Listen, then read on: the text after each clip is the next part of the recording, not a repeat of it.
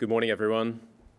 Distinguished guests, parliamentary colleagues, students of ANU, ladies and gentlemen from all over the country. It's great to be here today. And Rory, thank you for that warm introduction. I'm a big believer in what ANU does here through the National Security College, and that's why it's a privilege and a pleasure to speak to you this morning. The rupture was 2,000 metres long. The eastern Ukrainian forest floor lay bare, its trees shattered by bullets, shells, mines and drones. Trenches and foxholes as far as the eye could see. A hellscape. Bloated corpses, twisted pieces of rubbish and broken equipment littered the muddy ground. Along this 2,000-metre axis, Ukrainian and Russian soldiers fought to the death for the village of Andreevka in the Donbass region of eastern Ukraine. First taken by the Russians in 2022, recaptured by Ukrainians in 2023, and then lost to the Russians in 2024, the prize had been destroyed in the contest. The war not only ruptured the beautiful landscape, but it also ruptured life inside the quiet hamlet of Andreevka. Andreevka is ruined. No home remains. Its people are dead or gone. And this story was captured by Ukrainian filmmakers in high definition and made into a documentary called 2,000 Metres to Andreevka. I watched it last week and I was stunned by its brutality. We see a Ukrainian platoon fighting their way to the objective of Andreevka. The tragedy of war, the courage, fear, brutality and death is captured in high definition by cameras mounted on their combat helmets. And looking out over the smashed landscape, Fedya, a young, unflappable student termed combat leader, only 24, reflects on the war to camera. His eyes scan across the rubble and he asks a question. There is nothing left over there, literally nothing. So, what are we fighting for? It's a searching question, and it left me wondering, how would I respond to such a serious rupture? And how would Australia respond? And the answer is, I think, we're starting to find out. Though we're not at the point of a hot war, Australians are living through multiple ruptures that are changing our politics, our economy, and the way we think about the world. Once, Australians were quietly oblivious to the way the world can threaten us.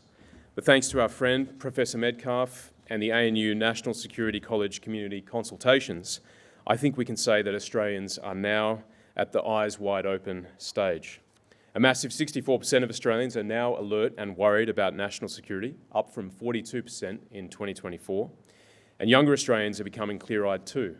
The number concerned about our security is up from 22% to 55%.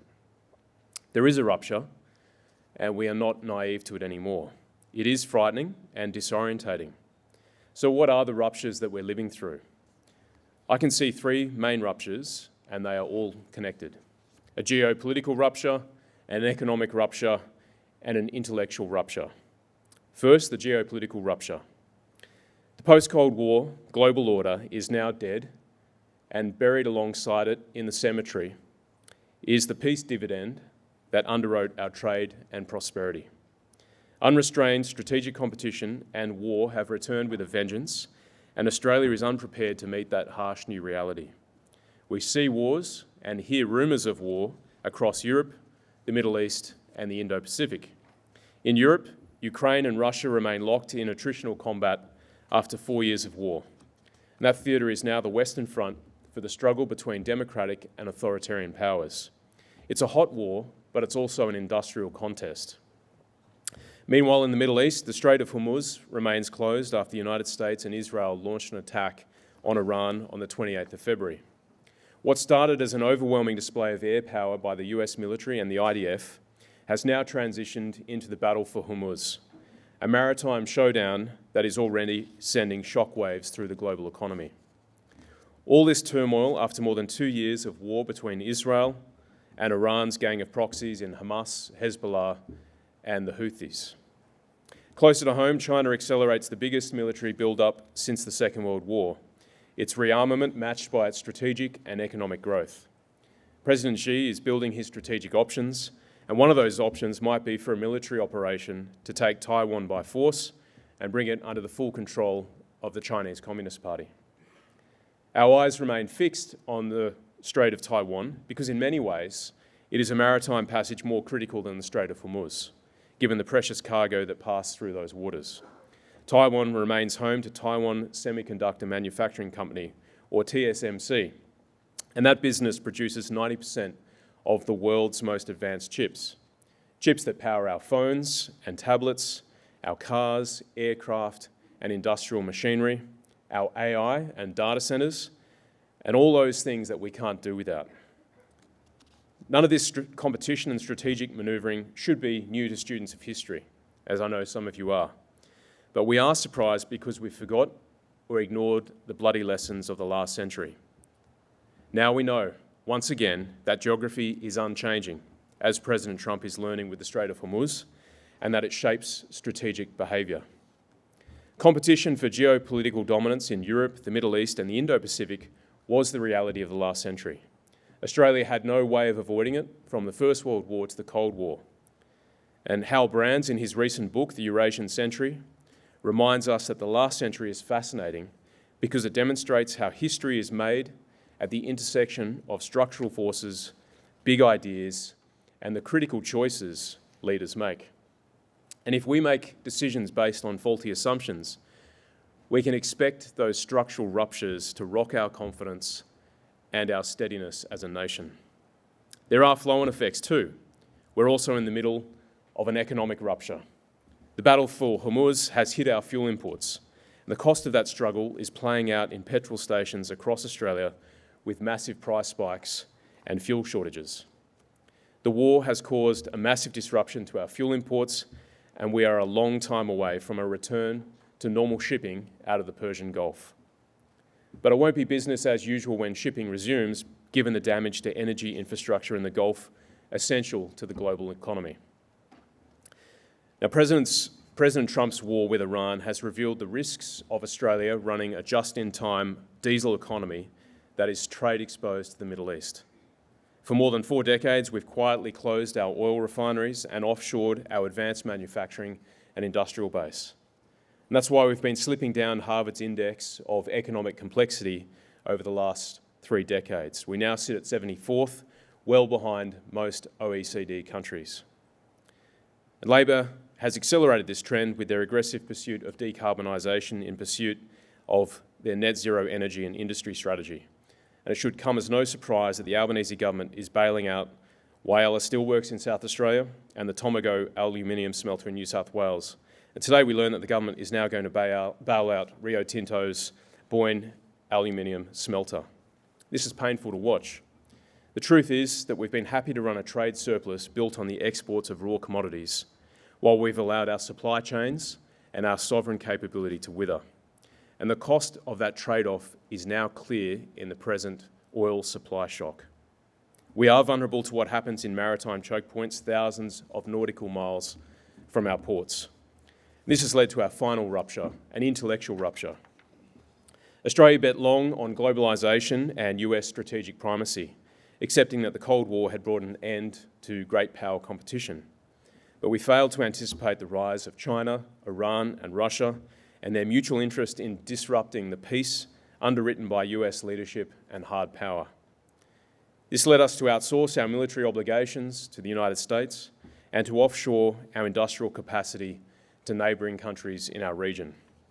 And the trade-off was our security and resilience in a fuel crisis like the one that we are today.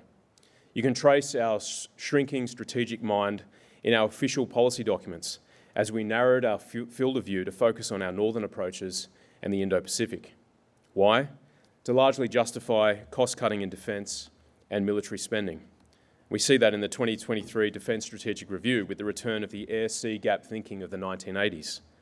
Now that is all good and well, but that myopic thinking doesn't anticipate that our entire ADF and economy could fall prey to Iran's closure of the Strait of Hormuz.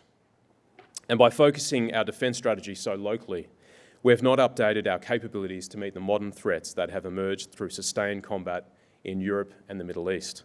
The Royal Australian Navy couldn't spare a single ship to protect sea lanes out of the Red Sea in 2023, nor can we send a vessel to the Strait of Hormuz to escort tanker ships. That's because our frigates aren't protected against Iranian drones or missiles. It's a sad state of affairs. So what are we to do about these ruptures? Well, let me return to the young student Fedya, surveying the ruins of Andrivka and the way he answered his own question. Because he reminds me of how Australians can be in moments of rupture when we are at our best. He asks, so what are we fighting for? And he answers, to rebuild it. This is our land, these fields, these forests, everything will grow back. Everything blooms again, grows. And same with all these cities we are fighting for. Over time, they will be rebuilt. And maybe we'll live even better than before, because all this Soviet influence will be gone. We'll be starting from scratch. I think that war is probably the best time in life to just start everything over from scratch, and we have such a moment now. Fedya and his comrades were fighting for their home and the chance to rebuild it, and I think the growing crisis can bring us together on the task of nation building. We have been down the path of globalisation and decarbonisation, and that led to deindustrialisation and dependence. And I think now's the time for a fresh vision, for a new effort of reindustrialisation, an effort of nation building that will restore our resilience and our independence. That will give us more control over our circumstances. It will insulate us from the capricious nature of global events and give us more leverage at the table of nations. It also makes us a more reliable partner to our friends and allies.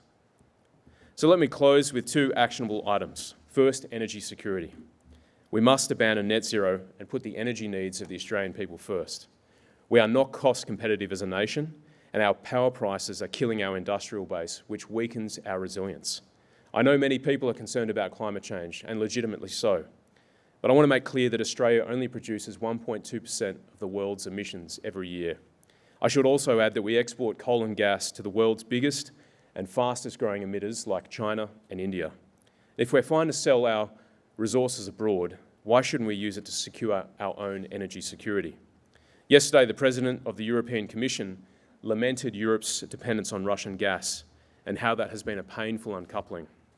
Yet we are on track to become a dependency of China as we buy their solar, wind and batteries and rush to install 82% renewables in our grid by 2030, almost all of it made overseas. We are literally building a trade dependency in our power grid. Now, electrification has a role to play, but our economy will need petrol, diesel and jet fuel for decades ahead. And that's why all options going forward should be on the table, including converting coal to liquid and refining the fuels that we need right here in Australia. Second, we must recover our lost advanced manufacturing capability. We need the Australian economy to look like a Swiss Army knife, complex, multifunctional and adaptive. Right now, our economy resembles a butter knife. It does one thing, but it's no good when global events disrupt your supply chains and you have no options as a country. But if we have an advanced manufacturing capability, we can pivot labour and capital quickly to strategic sectors in a crisis. And that's what I mean by resilience, having that functionality and adaptability as a country and an economy. But there are also additional societal benefits that come from advanced manufacturing. Our productivity has been flatlining for some time now. And with a recovery of advanced manufacturing, we will be more productive as a nation, and productivity drives real wage growth. It lifts everyone up, including the wages of workers in non-skilled jobs. So there's a renewal that we can have in this nation, and I believe it begins with energy security and advanced manufacturing.